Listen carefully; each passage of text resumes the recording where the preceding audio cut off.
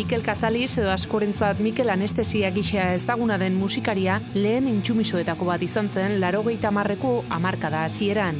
Argi zuen soldaduzkara joatea etzela bere egitekoen artean sartzen eta intsumisoen mugimendua ezagutu aurretik ere beste bide batzuk izan zituen buruan.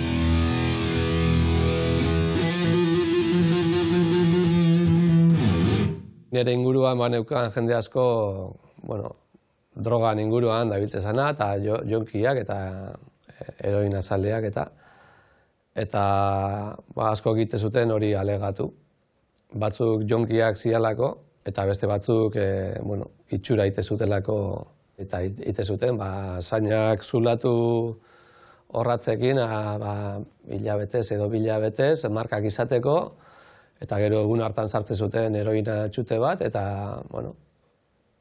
horla jute zian alegatzea jonkiak ziala, eta horregatik libratzeko. Eta nik ere pentsatu nun hori egitea. Planteatu nun etxian ere, ez zitzaien bat ere gustatu, ideia hori, goratzen naiz.